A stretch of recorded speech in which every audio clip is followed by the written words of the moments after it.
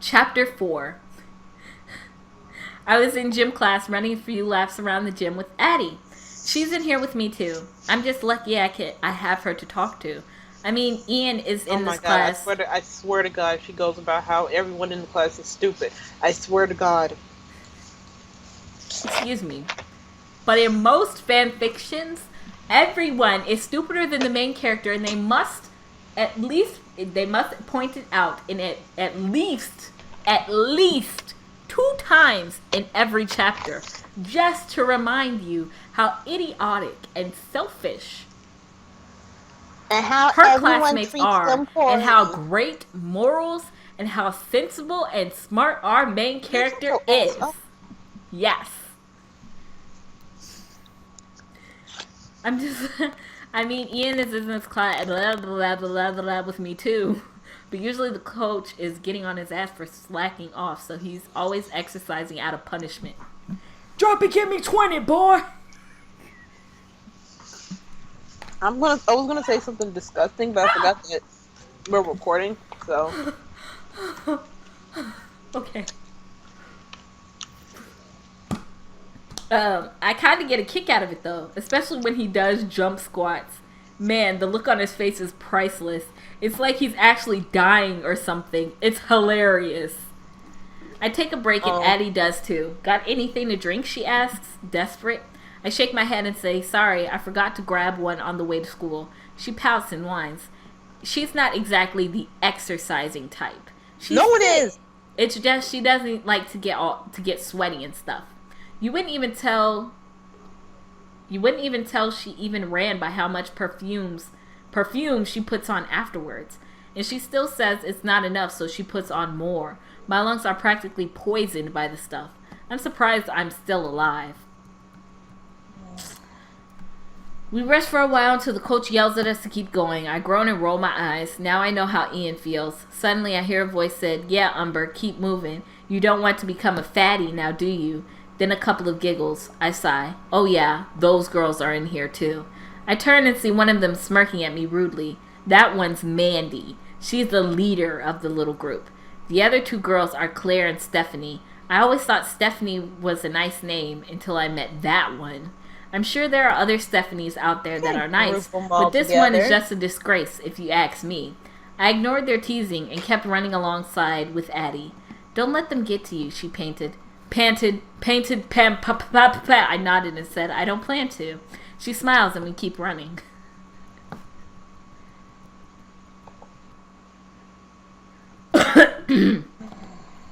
After we were done with our laps, we headed for the locker room. I was really thirsty, and so was Annie. I need to quench my thirst. The water fountain isn't working, so we can't get anything to drink. I asked Ian if he had some, but he said he wouldn't need it since he always slacks off and does nothing. He should really learn to realize he's bound to exercise at some point and take a bottle of freaking water. Jesus, he's an idiot. Don't use him to mooch off with him.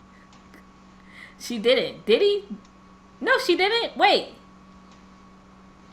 No, they did. They took his water. Addie and I walked to the locker room and grabbed our stuff.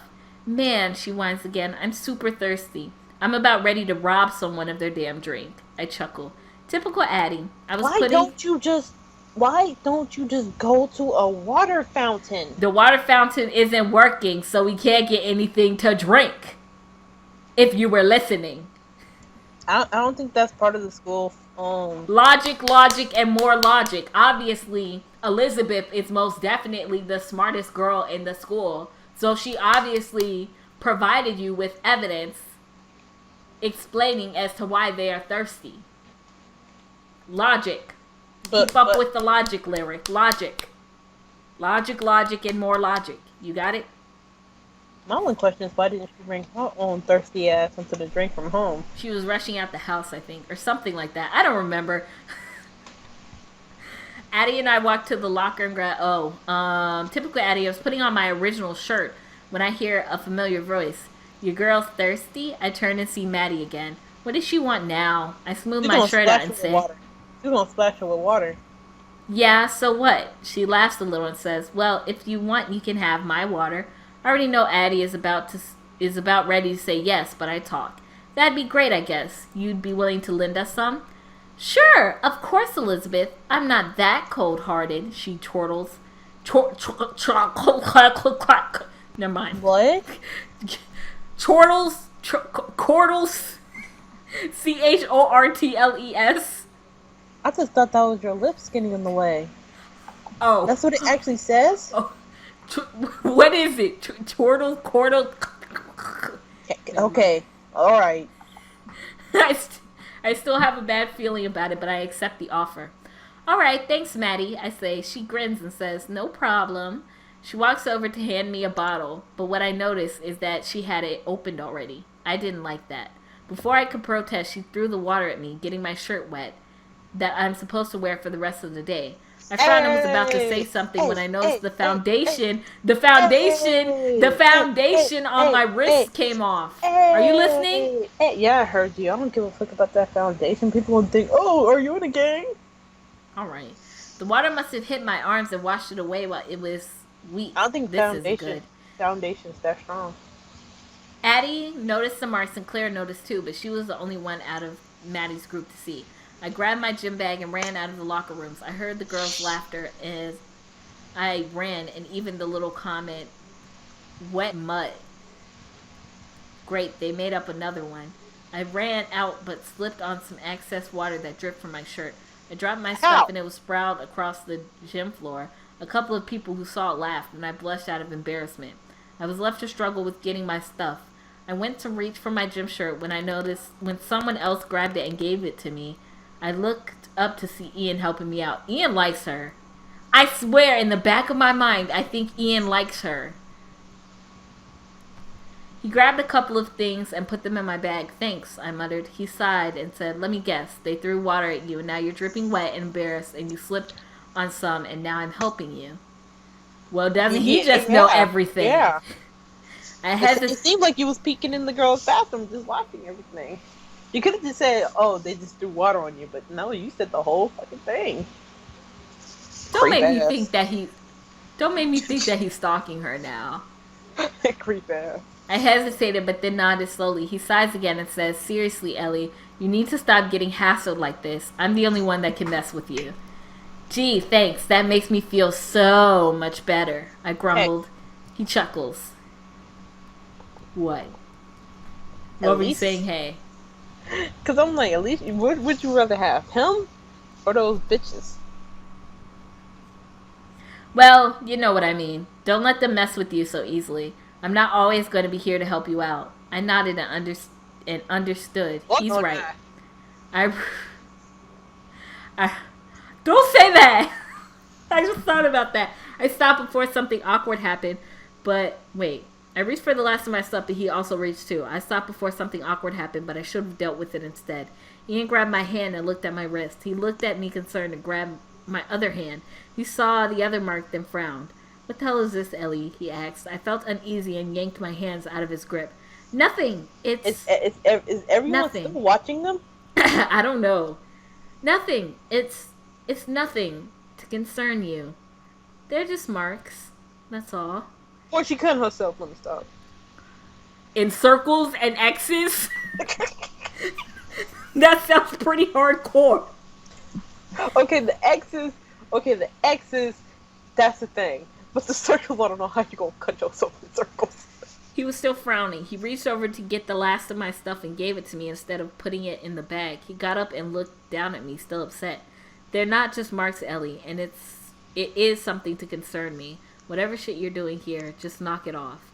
He stormed away and left me on the floor with my bag. What the hell was that all about? He knows something, just like how Jeff knew something, but neither one of them told me a thing. Not even a hint or clue of what's happening. Well, they're both idiots, and I can figure this out on my own. Logic with more logic. I don't need their help at all. Google circles and X's. Hold on, I'm about to do that right now to see what pops up. I got up and pulled my jacket out of my bag. If I'm going all day with a wet shirt, I better make sure to cover this up. For weather and privacy reasons. Okay. Wait, so weather and privacy reasons? Apparently because it's like fall and it's cold and like being wet and cold is not would like Man, get you you couldn't sick. take that sick day. But I guess it's also like, But my question is, where's the teacher? I don't know. I was walking out of the restrooms. The bell was about to ring. I went in to dry off my shirt and to redo the foundation on my wrists. I'm still worried about Ian, and Addie hasn't mentioned a thing about it either. I don't think Claire has told anyone, although I have a feeling she will soon. And she's not the type to keep secrets. She will and can spill your darkest secrets if you're not careful. Believe me, I've seen people's reputations destroyed all because they told her some information about themselves and she told others about it. Some even moved schools so they wouldn't take the ridicule. I don't want to be one of those people. Not only because my friends are here, but also because I don't ever want to be known to run away from my problems. Because I have morals. I may look like a coward, but it doesn't mean I want to feel like one. Because I have morals. There's a difference between appearances and personality. Because morals. Can you shut the fuck up? People only care about the appearance. But really, it all comes down to the personality. You just gotta know how to define it all. Because morals. Okay, I'm done. The bell rang and I still needed to get my bag since it was still in the classroom. Once I got there, the teacher was already locking up the empty classroom. God damn it. I know she won't open it up again. I'll have to wait until tomorrow then. She had to, what? Get her bag? Oh, I sighed and brushed my hair back. This is not my day. Aw, did the little reject leave her bag in the classroom? I turned to see Maddie, Claire, and Stephanie. They laughed at me and walked away, Stephanie teasing. What a dumbass. I groaned and banged my head onto a nearby locker. Yep, this day sucks. I banged my head into the locker one more time when I heard, hey, don't hurt yourself. It was a gentle voice, and it didn't mean to say that in an annoyed way. I turned, but when I did, I wanted to hide in the locker. It was Travis. Holy crap, why is he talking to me? Here we go with this Travis crap. Who is Travis? That's the girl that she likes. Oh, the brown-haired, hazel-eyed beauty. Mm-hmm. Oh yes. I stuttered. I can't English. You can never English. He gave me a small smile. I'm sorry, I said. He shook his head and said, no problem, okay?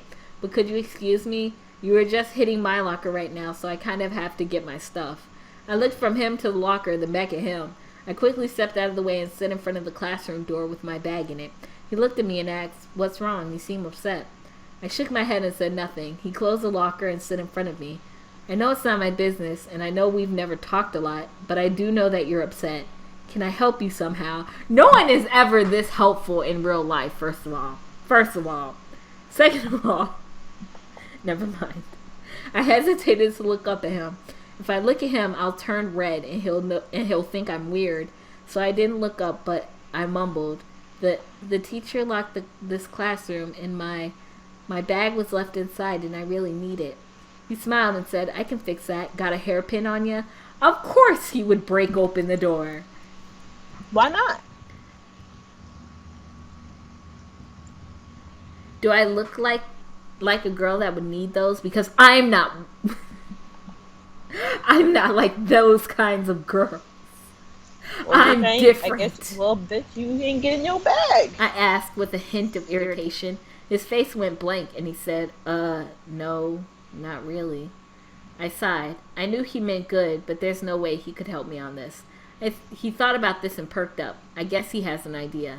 He walked over to a locker a few feet away from his. He got the combination and twisted the knob a couple of times before it clicked and he opened it.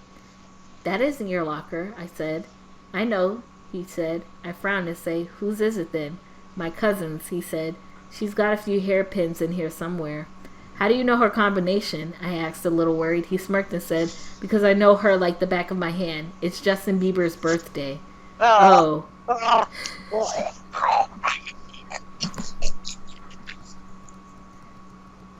Yeah, I know, he said and chuckled. He eventually found a hairpin and closed the locker. He walks over to the classroom door and fiddles with the lock a bit until... Got it, he exclaims and opens the door. I smile and run in to grab my bag. When I came back, I asked, how did you do that? I was astonished that a person like him would know this kind of stuff. Oh, I'm so impressed by your knowledge of opening locked doors with hairpins. You Please fucking enlighten me more with this information. You fucking criminal. He shrugged. He shrugged You and said, fucking criminal. I wasn't always the most perfect guy back in middle school. I guess my naughty boy skills paid off well enough. Wait. Please don't tell me that's actually what it says. But I get, but Brianna. That's not what it says. yes, it is. No, you're lying. I'm not like. But I guess my naughty boy skills paid off well enough. I'm committing seppuku. No, Larry.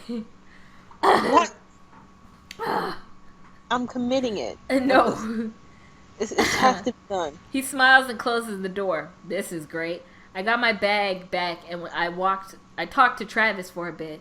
I take back what I said about today. I think it's shaping up already because I'm talking to Travis, who used to be a naughty boy. back in school. I'm getting the butcher knife right now. Okay, wait. Okay. I started walking when Travis stopped me. I turned to look at him, and he brushed my bangs aside and slipped the hairpin in. I blushed insanely and mumbled, "This is your cousin's. Shouldn't you give it back?" He shook his head and smiled warmly. Nah, she has too many to even know this. It's not like she counts them. He moves his hands away and looks at me. There. Maybe now you won't look so shy. I can barely see your eyes. If you want to be approachable, you gotta look the part. He gave me one last smile and walked away. I stood there dumbfounded. Did that just happen? That just happened. That just freaking happened. But how? Oh, whatever. It happened. And that's all that matters after today. I feel better already. Okay. ... When I got home, I immediately went upstairs. I didn't want to be in the living room or kitchen. Fear that whatever happened yesterday will happen again. I didn't want to take the risk, so I went to my room. I put my stuff away and fell down onto the bed. I was tired and I just felt I wanted sleep. I swear to God, if he's laying in her bed. A little nap won't hurt, right? I did have a long day, so I should just get a little rest. I got into something comfy to wear and hopped into bed. I wrapped myself with the blanket and dug my face into the pillow. Yes, because I'm just smack dead in the pillow, suffocating myself. I was drifting off when I heard my phone ring. I looked over to look at it. Addie was calling. No doubt she wants to talk about the incident in the locker. I ignored the call and sent it to voicemail. I'm sure she'll understand. I started falling asleep when I heard a loud bang downstairs. I groaned and got up.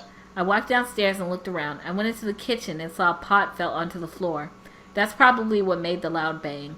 I pick it up and put it back into its do that. cabinet. It obviously doesn't do that. Often.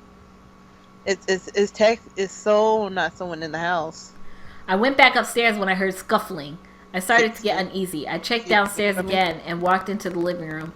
Nothing seemed odd about it. Nothing was moved or broken. Did we have mice in the house? No, bitch. It could explain why the pot fell and I heard scuffling. Mice can't knock off shit. You obviously have a person. Because logic, and more logic. I looked around and I didn't see anything. I went back upstairs when something stuck to my foot. I looked down and grabbed it. It was a piece of paper. It read, "Check the front door." Maybe it's a note from my mom. She always writes notes from my dad in the morning when he can't find his keys. Is that creepy? But since I'm a curious being, I do as the note says. I open the front door and look around outside. No one is out here and nothing seems off. I notice another door on the outside of the door. She's gonna turn around and someone's gonna be standing right behind her. I take it and read, "Now look upstairs." I was nervous now, but I walked up anyway. I didn't see a note anywhere, so I just went into my room. There I saw another one. What the hell kind of game is this? I grab it and read what it has to say. "Don't look behind you." My eyes widen out of surprise. What the hell is this? It says not to look behind me, but like I said, I'm a curious soul, so I end up looking. Then I realize the window is right behind me, and I get real anxious. I turn and see that nothing is there. Wow, I got all worked up for no reason. I'm such a wuss. I laugh to myself and turn back around, but then freeze. My parents' room is right across from mine, and as I recall, the door was closed. But the door is wide open and I can see inside, and I'm terrified. At the far end of the room, across the doorway, I see a man. He stands there staring at me. How did he get in? More importantly, who is he? Then the memory Are kicks you in. seriously considering this? That a man is in your parents' room and leaving creepy notes. He is ready for your ass. And you're sitting here considering, thinking, Pondering. why is this man in my house? But then it's that guy from last night, Jeff. Why is he here again? Just to cause more trouble. But then I remember, he didn't get to kill me last night. What if he's here to finish me off for good? I start to tremble and I shake my head. Scrolling. No, no,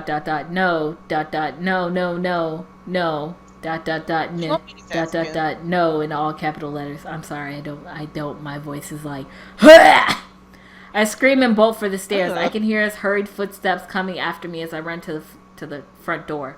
I open it but yelp. There was a dog outside, but it wasn't just any dog. It looked like a husky with black and red fur. Oh my god. Hey, this is the first time he's been included, okay? I don't care. All right.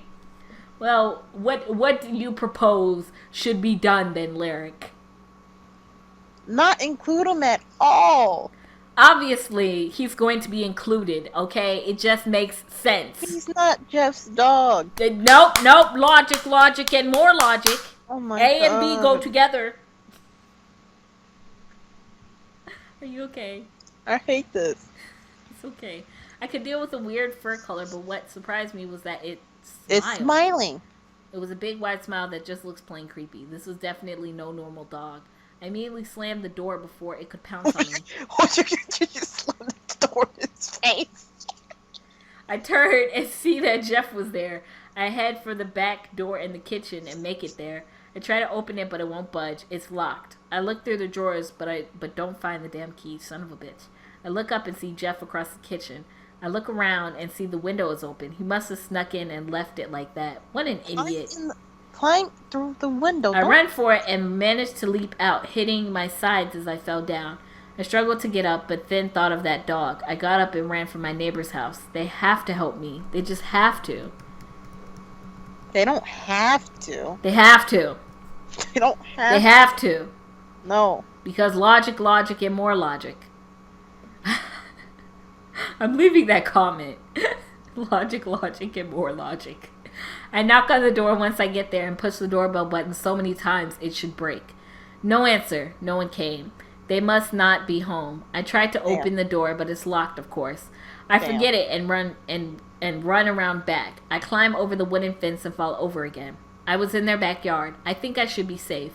I heard sudden growling. I looked to see that it wasn't that dog from before, but it was the neighbor's Rottweiler. Oh damn! What's worse? It wasn't tied up. So really, I should say, oh shit. I got up and tried to go over, but the dog barked and ran at me. I jumped out of the way and ran for its house. I climbed on top and watched the dog bark up at me. I have to get out of here and find a safer place. I can't go back home and I can't stay here for long. As I was thinking, the dog suddenly jumped up and threw me off balance. I fell down and hit my head against a rock. Damn. Things just keep getting worse. Damn. The Rottweiler came around and then bit my arm. I really need to stop jinxing myself. Damn. But is it sitting there just biting your arm? It jerked violently and I screamed in pain. I felt a shadow come over me quickly and something landed behind the Rottweiler. I looked to see it was that smiling dog. Great, bring me a whole raging bull now, won't you? Smiling dog growled and gave me a crazy look before it noticed the Rottweiler. It barked gruesomely and attacked the other dog. What do you mean before it noticed the Rottweiler? It's literally destroying her arm! It bit its leg, making the Rottweiler let go of my arm. I cradled it close and dirtied my shirt as it bled. I need to find help for this fast. I was about to get up when I heard horrible whining and squealing. I looked over at the fight and what I saw was disturbing. The smiling dog bit off of a chunk of that Rottweiler. I could see the rib cage. I covered my mouth to keep from throwing up, but then the fight got worse. Oh. Smiling Dog flipped the Rottweiler onto its side and mauled its stomach. Blood and pieces of intestines flew around then. I closed my eyes to keep from watching this. That dog was doing no harm until her punk ass came over the fence. And it was like, oh, I was taught to guard this home. This is my home. Fuck you, lady. And it was doing his job. And next thing you know, fucking Smile Dog got to come over and be like, you know what? I'm going to kill you just because. I'm not even going to, like, do doggy talk with you. I'm just going to kill you. Doggy talk? Excuse me? I heard the Rottweiler stop whining and it just stopped altogether. It was ... dead. I wanted to cry, but I knew I had to get out of there before the poor Rottweiler isn't the only one mauled to pieces. I climbed on top of the doghouse again and slipped over the fence. My arm was still injured badly, but I needed to put it aside for now. I needed to find help, and fast. I ran away from the neighbor's house and went into the nearby woods. Oh yes, because the woods is obviously the next logical place to go to get help. It's just tons and tons of people just wandering about in the woods to help you. Shut up. I ran away from the neighbor's house and went into the nearby woods. I ran over leaves, rocks, and twigs, hurting my bare feet badly. I'm sorry. I was running short of breath, and so I stopped. I sat up against a stump and rested. It's so cold outside. Mom said the weather would get around 30 degrees. That's pretty cold for the beginning of fall for us. It was freezing. With no jacket or any warm clothing, I was going to get sick. I can't stand this weather. What do you mean you're going to get sick? You're going to die from an infection. You was bit by a dog. I felt dizzy from the blood loss and cold. I don't have a lot of time left awake. I have to get help before they get me. I don't want to end up dead and lost out in these woods. That'd be a horrible discovery for my family and friends. Where's your phone? I try standing up, but my feet are numb from blisters, cuts, and the cold. I don't think I can move anymore. I sit up straight and try crawling, but I just end up collapsing. My vision was turning dark. Just before I passed out, I saw a figure step towards me, crouch down, and reach out a hand. That's the last I saw before I fell unconscious. Damn. Okay, now, I'm really sure that was long, but damn. I have the AC on and my fingers are practically numb, but I type for your entertainment and I always will until the end of this book, which won't be until a long time, fortunately for you, so stay ace, a friend once told me, and don't be a bad wanker. Carry on. She's British? I don't know.